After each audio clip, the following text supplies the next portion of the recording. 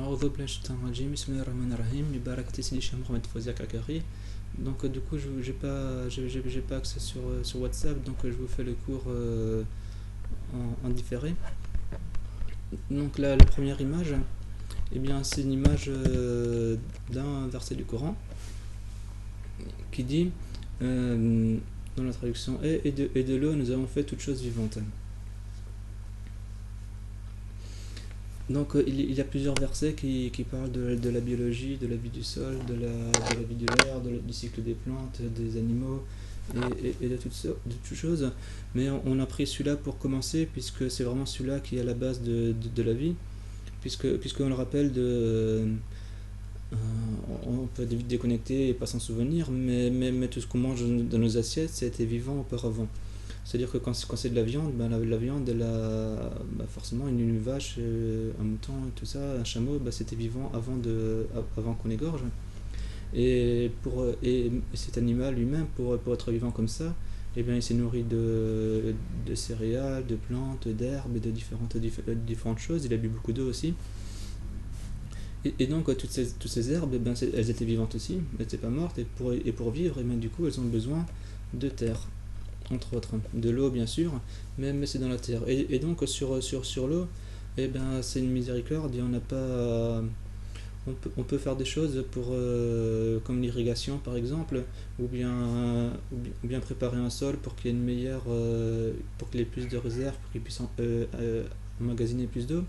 On peut faire des choses comme ça, mais sur l'eau, je considère qu'on a absolument aucun pouvoir. C'est vraiment une pure miséricorde.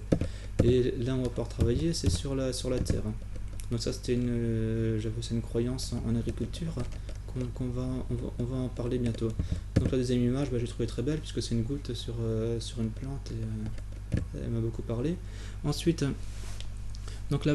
ensuite j'ai pris une série, donc les dessins ils sont très simples, mais pour le début c'est important de comprendre les principes, c'est pourquoi esthétiquement on peut en parler, mais en tout cas c'est vraiment très simple à comprendre. Donc au début la première image, qui se lit dans le sens à l'européenne, c'est-à-dire en partant de la gauche, à cette affaire-là, donc on voit les 4 éléments. Donc les 4 éléments, on le rappelle, en commençant en haut à droite, il y a le feu, le soleil. Donc le soleil c'est une boule de chaleur qui envoie la lumière et de l'énergie tout le temps sur la surface éclairée de la Terre. Ensuite il y a l'air, donc l'air c'est le ciel. Donc l'air, on rappelle qu'il est composé beaucoup d'azote, 70% d'azote, et ensuite il y a un peu d'oxygène, un peu de dioxyde de carbone, beaucoup d'autres éléments, mais c'est beaucoup d'azote. Ensuite on voit l'eau. C'est-à-dire dans cette photo il pleut, alhamdoulilah, et il pleut sur quoi? Il pleut sur la terre. Donc là la terre au départ c'est de la roche. Donc la roche, on le rappelle, c'est comme un gros caillou, c'est-à-dire que c'est très dur. Ou c'est comme du béton, c'est comme la route sur laquelle on roule tous les jours. Et donc ça c'est la situation de départ. Et donc on comprend bien que dans cette situation-là, eh bien pour faire pousser des plantes, il n'y a pas grand-chose qui peut pousser là-dessus. Par contre, ce qui va se passer, c'est qu'il y a des variations, c'est-à-dire que comme il y a des cycles, et que la Terre elle tourne sur elle-même, et qu'il y a des variations de température, d'humidité, etc., et bien, c'est-à-dire avec le chaud froid, le sec et humide, et bien ça fait que il y a des fissurations qui vont se faire dans la roche. Et dans ces fissurations, et bien la roche va pouvoir être capable de retenir de l'eau, c'est-à-dire ce qu'on appelle des flaques, ou des fissures dans lesquelles elle va pouvoir rentrer, et donc c'est des roches qui vont pouvoir rester humides. Et comme là il a dit de l'eau nous avons fait toutes choses vivantes, donc quand la terre elle commence à garder de la roche, quand la pierre elle commence à garder de l'eau, et bien elle commence à être apte à prendre de la vie aussi. Donc ça va pas suffire pour élever une vache, parce que là il y a vraiment pas grand chose à manger, c'est pire que le désert encore, parce que le désert c'est du sable, et là c'est vraiment de la roche. Donc les premiers êtres vivants à coloniser la roche, eh bien, ce sont des algues, ce sont des bactéries, ce sont ce qu'on appelle des moisissures, ou bien encore du lichen, ou d'autres choses comme ça. C'est-à-dire vraiment des très petits organismes. Et donc tous ces organismes, eh bien, ils ont la possibilité de ne pas avoir besoin de beaucoup de choses pour se nourrir. Et ils sont également très agressifs vis-à-vis de la roche. C'est-à-dire que la roche, ben, le mode de vie, il est pas facile, donc elle doit s'accrocher fort. Et donc, pour s'accrocher fort sur un caillou, ben, du coup, elle rentre, et puis chaque petit interstice, elles vont s'agripper vraiment très fort. Donc, dans cette agrippation, il peut y avoir une petite. Elles peuvent éclater des bouts de roche, et en même temps, elles vont manger de la roche petit à petit. C'est-à-dire qu'il y en a qui sont vraiment très acides, et qui vont qui vont déstructurer la roche au niveau atomique, pour construire des molécules avec ces atomes, pour se construire, à partir de l'azote de l'air et du phosphate, de tous ces éléments présents dans le sol. Et tout ça, bien sûr, grâce à l'eau et à l'énergie lumineuse du soleil. Donc, on arrive à la deuxième image. Donc là, les plantes, elles ont fait un super travail déjà. On voit que le sol, il est bien déstructuré sur sur les premiers centimètres. Qu'à la surface, eh bien, il y a des plantes qui sont un peu plus grandes, qui ont pu grandir. C'est-à-dire que la roche, en se déstructurant, du coup, elle laisse des interstices permettant à des racines, à des plantes plus grandes, et pouvant produire une biomasse plus importante, de faire pénétrer leurs racines plus profondément dans leur terre pour avoir un accès à plus de nutriments, à plus d'eau, et donc pouvoir se développer encore plus grand. Donc à partir du moment où la biomasse devient plus importante, et bien là il y a des insectes, et puis des vers, et puis des petits herbivores qui vont pouvoir venir et se nourrir de ces plantes. Et donc cette vie animale, elle va vraiment accélérer le rythme. Et on arrive à la troisième image. Donc la troisième image, elle ne s'est pas faite que par les plantes, puisque les plantes, c'est un support indispensable, mais le mouvement, vraiment, il se fait par les insectes et les vers de terre. C'est-à-dire qu'à partir entre la 2 et la 3, eh bien, on voit qu'il y a de l'espace pour les vers. Les vers, ils vont partir de faire des allers-retours entre le bas et le haut, pour plusieurs raisons. Par exemple, pour la température, ils vont chercher la température idéale, donc en hiver, ils vont descendre, et au printemps, ils vont remonter. En été, ils vont redescendre, parce que ça va être trop sec pour eux en haut, et donc comme ça, ils vont tout le temps faire des allers-retours, et donc dans leurs allers-retours, ils vont fertiliser le sol. La fertilité du sol, c'est-à-dire qu'ils vont se nourrir des plantes qui vont se désagréger en haut. C'est-à-dire les plantes, elles font le cercle de vie, et puis en mourant, du coup, elles laissent une partie de matière organique qui est assimilable très facilement pour les nouvelles plantes ou pour les animaux. Et donc, les vers de terre, ce qu'ils vont faire, c'est qu'ils vont ils vont monter à la surface, prendre les matières organiques qui traînent, ils vont les tirer dans le sol, ils vont les digérer, et donc en les digérant, ils vont laisser ce qu'on va appeler du fertilisant tout le long de la galerie. Et ensuite, il y a certaines plantes qui vont germer au bon endroit, et qui vont trouver cette galerie, et qui vont enfoncer leurs racines dans cette galerie, puisque en fait, vraiment, c'est idéal, il y a plein de fertilisants, il y a plein d'azote, il y a plein d'éléments nutritifs. Et donc, on arrive à la quatrième image, dans laquelle le sol il est encore plus profond, et là on voit qu'il y a plusieurs couches. Et il y a plus. Et donc, dans la quatrième, on voit que les champignons ils commencent à apparaître.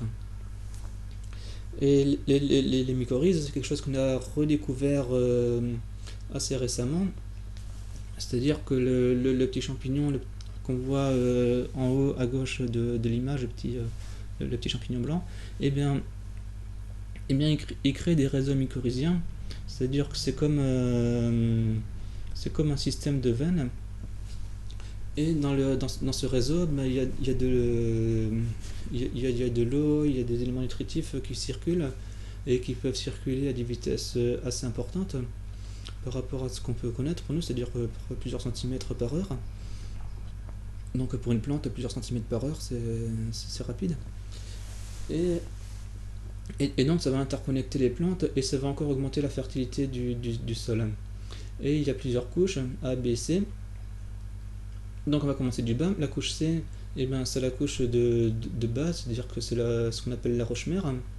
La couche B, c'est la couche intermédiaire, c'est-à-dire que la roche-mère elle a commencé à être dissoute, à être détruite, plutôt déstructurée. puisqu'il n'y a que c'est que de la transformation, il n'y a, pas de, il y a rien qui disparaît, il n'y a rien qui apparaît, c'est vraiment que de la transformation d'un atome d'une forme vers une autre. C'est-à-dire qu'il y a des liaisons qui sont détruites pour en créer des nouvelles. Et dans la couche A, eh bien, c'est la couche dans laquelle il y a le plus de matière organique, donc la couche la plus fertile. Ok, donc là, ça je l'ai fait en quelques minutes, mais en réalité, ce cycle, il prend des milliers d'années. Hein. C'est quelque chose qui se passe pas vite. Et donc la rapidité, elle dépend en fonction de quoi? Elle dépend des conditions. Donc on a vu qu'il y avait les 4 éléments, et pour que la vie elle apparaisse dans ces 4 éléments, avec ces 4 éléments, c'est-à-dire qu'elle a besoin de chacun des 4 éléments, et bien il faut que ce soit dans un équilibre idéal.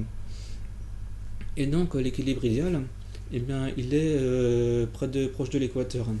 C'est-à-dire que proche de l'équateur, ben là il fait chaud tout le temps, il y a beaucoup de soleil, la Terre elle est...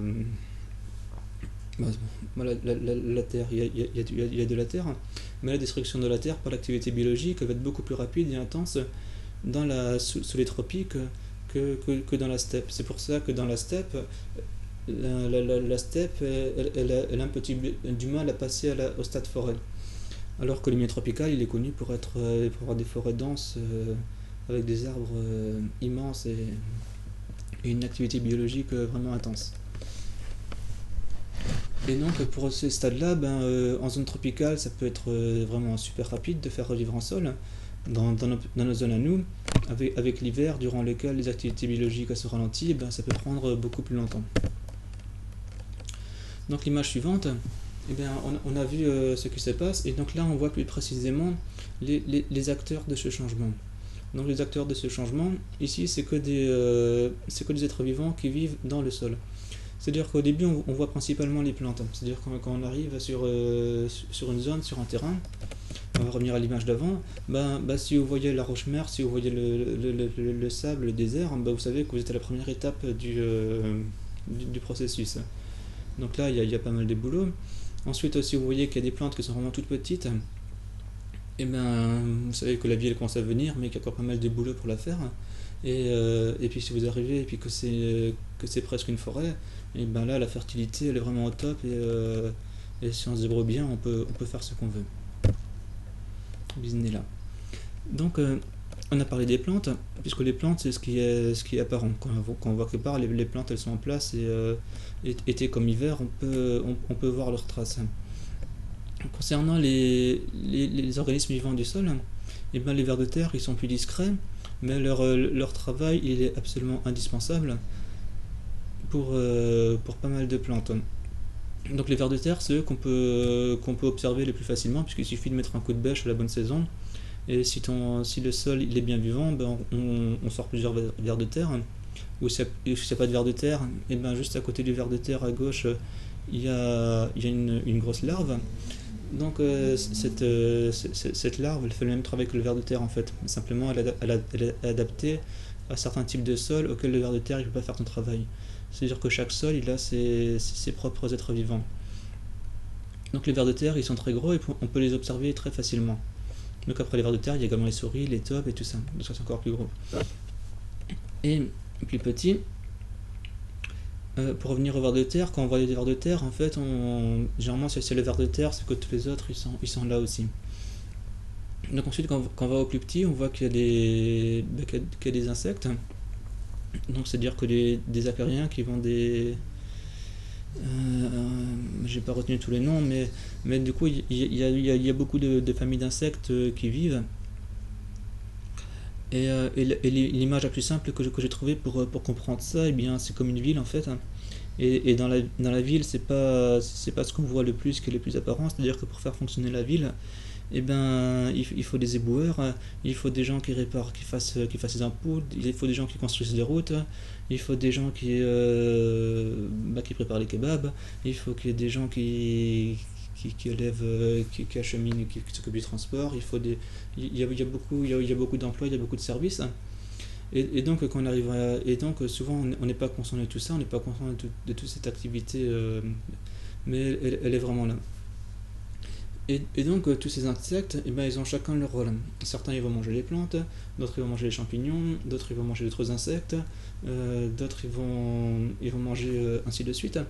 Et ça fait qu'il y a en fait une suite de chaînes trophiques, c'est-à-dire qu'une suite de chaînes de nourriture, c'est-à-dire lui me mange, moi je le mange lui, et ainsi de suite.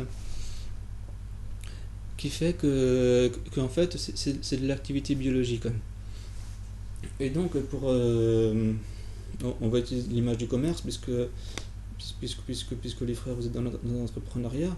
Eh bien, si on est dans une région dans une zone qui bouge pas, où il n'y a pas de mouvement, où il y a des gens qui vivent, mais vraiment il y a pas, ça bouge vraiment pas, comme dans certaines régions de France qui sont un petit peu abandonnées économiquement. Et ben ça c'est des régions où c'est possible de se lancer dans un commerce, c'est possible de faire quelque chose, mais c'est clair que ça va être beaucoup plus compliqué que sur Paris ou Lyon qui sont qui sont des zones qui sont vraiment beaucoup plus vivantes, où il y a beaucoup plus d'interactions, il y a beaucoup plus de potentiel, il y a beaucoup plus de la vie biologique, la vie organique, la vie sociale, elle est beaucoup plus importante. Donc dans le sol c'est la même chose. Si dans le sol il n'y a pas beaucoup d'interactions, il n'y a pas beaucoup de vie, et ben les plantes, et ben elles ne pourront pas se développer de la même manière que dans un sol dans lequel il y a beaucoup d'interactions et beaucoup de vie. Tout simplement parce que toute cette vie en fait ça crée de la fertilité. Et donc ensuite, plus petit encore, qui ont été découverts plus récemment, ben, c'est les nématodes. Donc les nématodes ce sont des vers unicellulaires qui sont encore plus petits.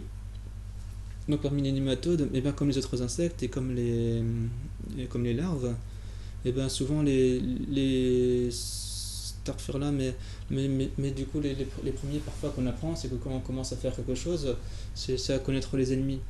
Et donc ben, il y a certains nématodes effectivement qui vont se nourrir des racines des plantes qu'on cultive, donc ça fout les boules parce qu'on plante quelque chose et puis ça pousse pas. Idem pour certains insectes qui vont manger les feuilles, idem pour certaines larves qui vont manger les feuilles ou manger les tiges.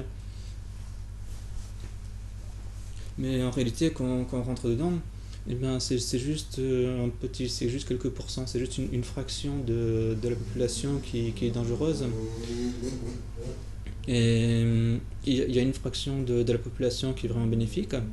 C'est-à-dire qu'il y a une fraction c'est-à-dire qu'il y a certaines nématodes, certains insectes, certaines larves, quand elles sont là, ben, c'est vraiment super bon signe pour la culture. Ben, par exemple, comme les larves de coccinelle, ça c'est connu. Ben, quand il y a des larves de coccinelle, ben, on est tranquille parce qu'avec les pucerons, on va pas se faire déménager par les pucerons. Donc c'est pareil avec tout. Et puis entre ces deux populations, ben, il y a toute une population qui est là, qui peut basculer soit du côté des gentils, soit du côté des méchants. Et c'est comme nous, c'est comme dans la société actuelle. Quand il y a un vote, parfois ça dépend de pas grand chose, quoi, mais il y a toute une population en fait qui suit là où elle trouve les meneurs. Et donc dans le sol, j'ai envie de dire, c'est exactement pareil, c'est exactement la même chose. Donc il y a toute une population d'êtres vivants qui est là en bas, et l'agriculteur, eh ben, il apprend à vivre avec et quelque part à gérer ça aussi. Ensuite, plus petit encore, il y a les protozoaires,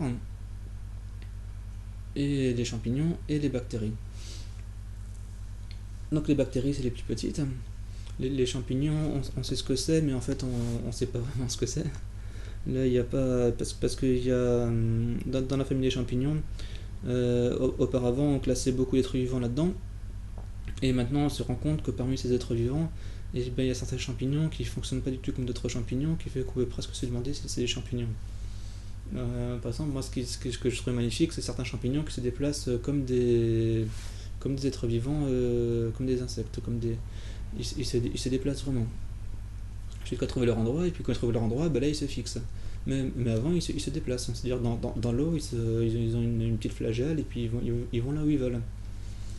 Donc ça peut se demander, est-ce que ce sont encore des plantes, puisque les plantes, on connaît les plantes qui se fixent. Et donc les champignons, ils sont un peu entre les deux, j'ai envie de dire. Et donc les bactéries, on les voit pas beaucoup, mais elles ont un effet très important, puisque si on les compte en millions, en termes d'individus, Et bien dans chaque centimètre carré, ça se passe bien, ben, normalement vous avez plusieurs millions, plusieurs milliards de familles de bactéries qui sont là en train de vivre dans une poignée de terre. Donc c'est vraiment immense les bactéries, on ne les voit pas. Donc l'image suivante, eh bien, elle réunit un petit peu tout ce qu'on a parlé avant. Donc là c'est un sol qui est déjà bien construit, puisqu'on voit que la roche-mère elle est tout en bas. Il y a les plantes qui sont à la surface. Donc là quand on arrive, mais effectivement c'est les plantes qu'on voit en premier. Donc les plantes, on rappelle que c'est grâce à ce travail qui a eu lieu pendant plusieurs milliers d'années pour construire ce sol. Et là, du coup, je fais un petit rappel sur la tourbe qu'on achète dans les supermarchés, par exemple. Et bien, en fait, cette tourbe, il faut savoir qu'avant, certaines personnes, quand ils avaient une terre comme ça dans leur jardin, et bien vraiment, c'était du super bon boulot. Et ça pouvait même faire des jaloux autour d'elle pour comment elle a fait pour avoir cette terre, quoi. Et donc là, maintenant, pour quelques euros, on peut avoir une super bonne terre à mettre chez nous dans nos pots. Et alhamdoulilah, c'est vraiment une facilité dans cette époque, hein. Mais du coup, pour rappeler la valeur de ce que c'est, et ben, alhamdoulilah, vraiment. Et donc, en dessous, il y a plusieurs cycles. Donc, on commence par lequel? On va commencer par le cycle du carbone. Puisque le carbone, c'est ce qui construit le squelette. Donc on apprend que c'est le calcium aussi. Donc le calcium, effectivement, c'est important pour la construction des cellules. Mais en termes de quantité, c'est le carbone qui est le plus important. C'est-à-dire que tous les morceaux de sucre ils sont construits par des atomes de carbone, d'hydrogène et d'azote. Et ensuite, il vient le potassium, le phosphore et tous les autres éléments, le fer, mais c'est le carbone qui est l'élément principal. Donc le flux du carbone, donc quand il y a plus de carbone dans l'oxygène qu'avant, donc pour les plantes, alhamdoulilah, c'est bien parce que du coup elles ont plus à manger dans l'air, quoi. Elles peuvent réceptionner plus de CO2 dans l'air, donc pour les plantes c'est plutôt pas mal. Ensuite, le carbone, eh bien, il y a une partie qui descend dans les racines directement, dans la construction de la plante, et il y a une partie qui sera remise à la terre après le cycle de vie. C'est-à-dire que la plante, elle grandit, elle produit des feuilles, des tiges, des fleurs, des graines, et si c'est une plante annuelle, c'est-à-dire qui n'a qu'un seul cycle de vie, et bien une fois qu'elle a produit les graines elles tombent au sol, la plante elle meurt avec, et les graines elles germent de nouveau pour produire d'autres plantes. Et donc toutes ces constructions qui s'étaient faites avant de carbone, elles retournent au sol. Elle est mangée par des insectes, par des champignons, par des limaces, un petit peu par les fourmis et les vers de terre. Donc les vers de terre et les autres insectes, ben, ils vont faire leur cycle, ils vont bouger dans le sol, donc ils vont ramener les choses dans le sol. Il y a également l'eau. L'eau en tombant, elle va emporter avec elle des éléments. On va en parler plus tard. Et donc s'il n'y a pas de couverture sur le sol, et bien en fait toute cette fertilité, tout ce carbone, ben, il part avec la rivière.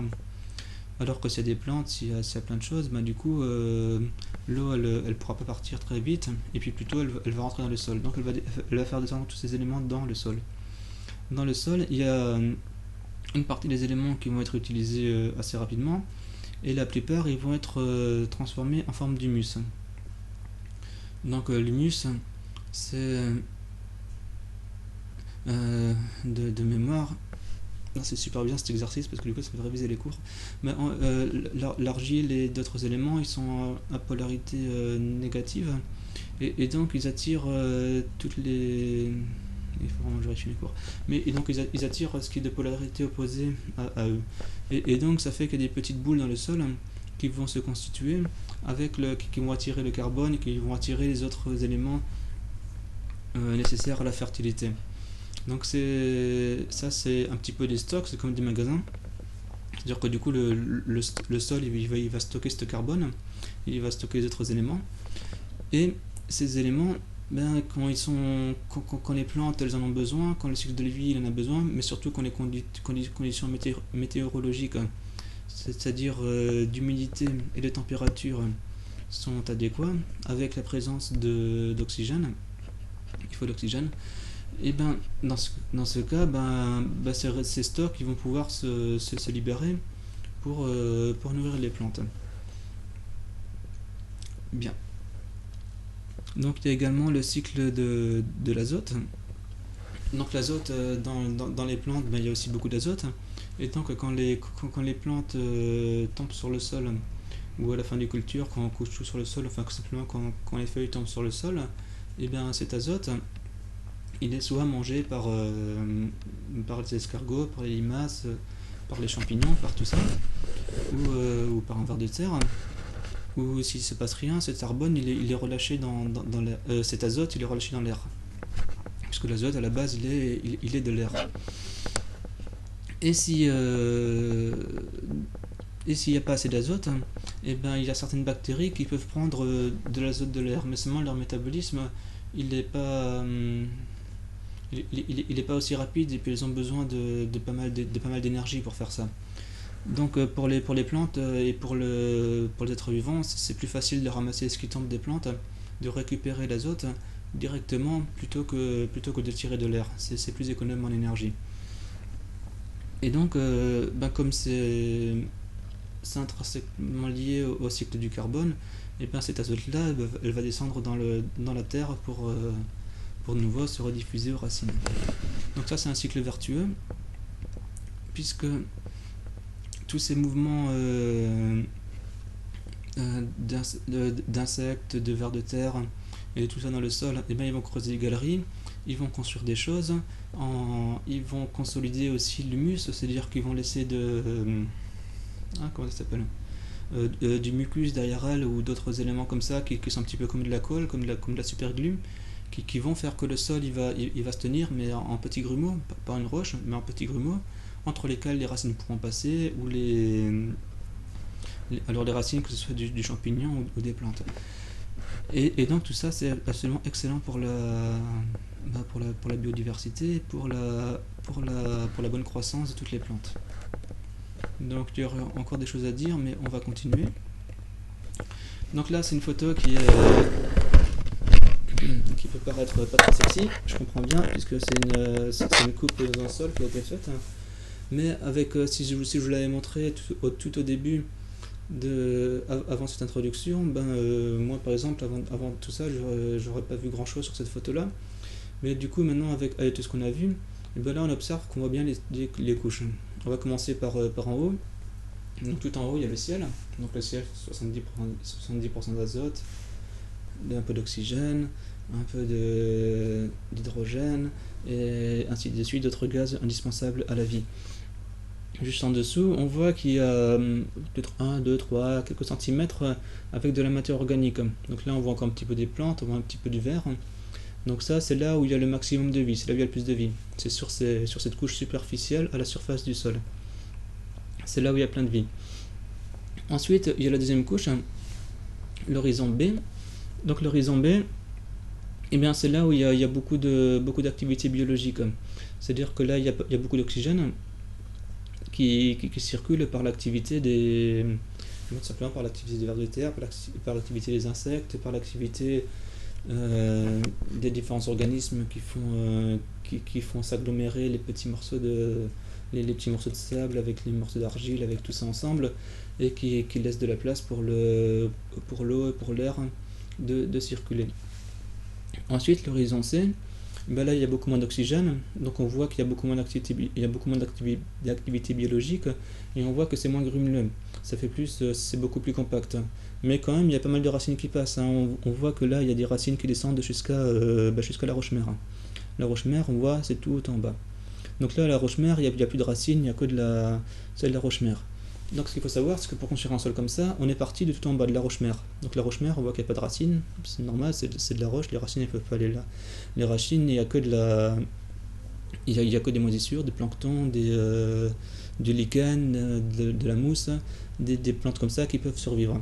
Et ensuite, par leur cycle successif, du coup, elles vont construire les 3 horizons, A, B, C. Mais cela avec des milliers d'années. Ok. Ensuite, on arrive à l'image suivante. Donc l'image suivante, eh ben, j'ai pris pour représenter un petit peu l'agriculture actuelle, bien qu'il y a du changement, hein. Mais donc là, qu'est-ce qu'il est en train de faire? Eh ben, il est en train de préparer son sol. Donc j'ai pris une image soft, hein. Là, il est en train de passer avec une rotative, je pense, ou un outil comme ça. Donc là, il prépare son sol en surface. Mais bien évidemment, il est bien possible qu'il est labouré à plusieurs centimètres de profondeur. Donc plusieurs centimètres, genre 20-30 centimètres, ça veut dire que l'horizon A et l'horizon B, il les est complètement mélangés. Et peut-être un petit peu avec l'horizon C.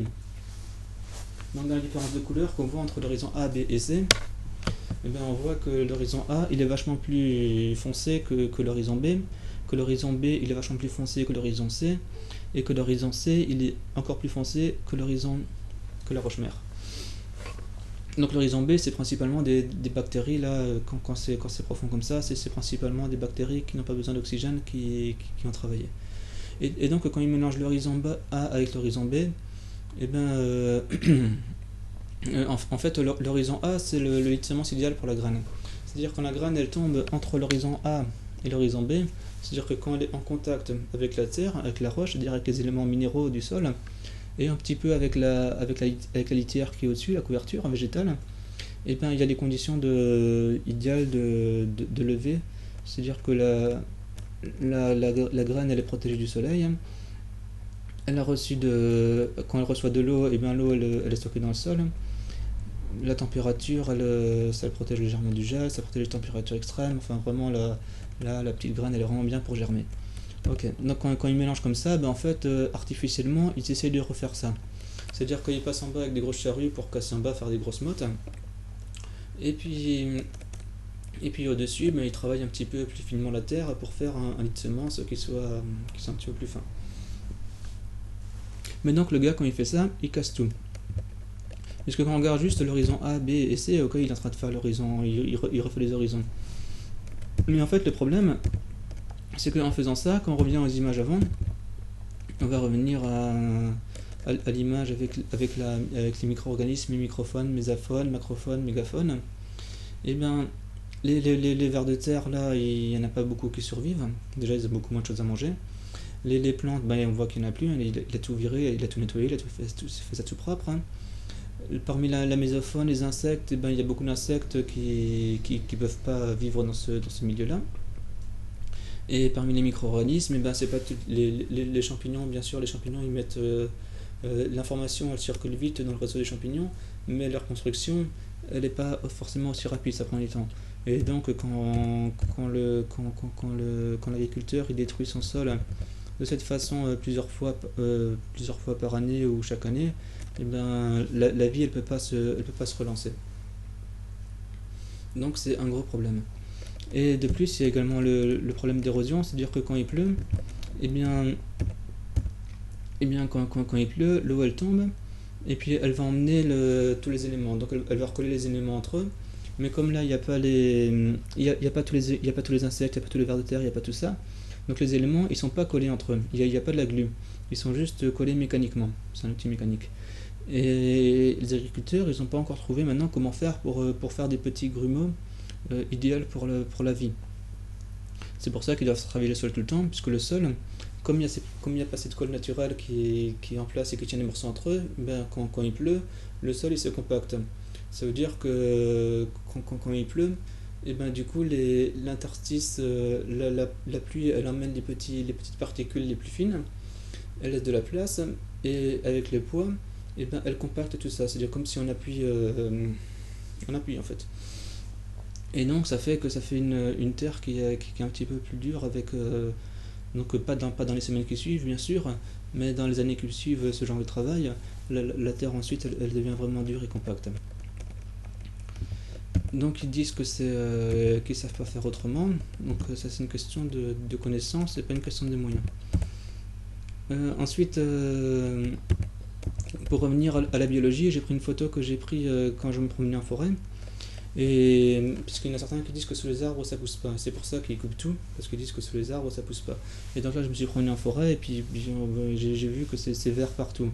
Alors ensuite il me faudra quelques années d'expérimentation, je pense, Inch'Allah, si j'ai les moyens pour faire la même chose avec des plantes qui sont économiquement et gastronomiquement viables. Mais en tout cas, ça me semble largement possible, puisque dans la nature, ça se passe comme ça, et que le mieux qu'on a à faire, c'est quand même de copier la nature, puisque Allah, il a tout fait, il a tout fait avec justice, et le fait du tracteur, c'est une grande avancée, c'est vachement cool pour la personne, puisque avant, pour travailler la surface qui allait là, et ben, quand on utilisait un cheval, le cheval il trimait comme un ouf, et puis ils n'arrivaient pas à faire la même surface en fait. Alors que là maintenant, l'agriculteur tout seul, et ben, il permet quand même de planter plusieurs milliers de plants de maïs en quelques jours, alors qu'avant, c'était pas possible. Bien. Et ensuite, la dernière photo, c'est une photo du jardin où je suis actuellement. Et donc là, bah, effectivement, j'ai fait sauvage, hein, pardon, j'ai fait comme j'ai pu, mais j'ai pas réussi à faire de ligne. Mais en tout cas, il y a plusieurs espèces qui sont ensemble. Au sol, on voit qu'il y a de la paille. Le sol, on voit pas le sol, il est couvert. Donc la paille qu'il y a dessus et tout ça, bah, c'était pour en fait étouffer la prairie qui était en dessous. Donc en tant qu'agriculteur, effectivement, on agit et puis on a forcément un impact sur l'environnement. Ça c'est indéniable. Mais cet impact, on peut le faire sans pour autant qu'il soit à un niveau de destruction aussi important que ce qu'on a vu sur l'image avant.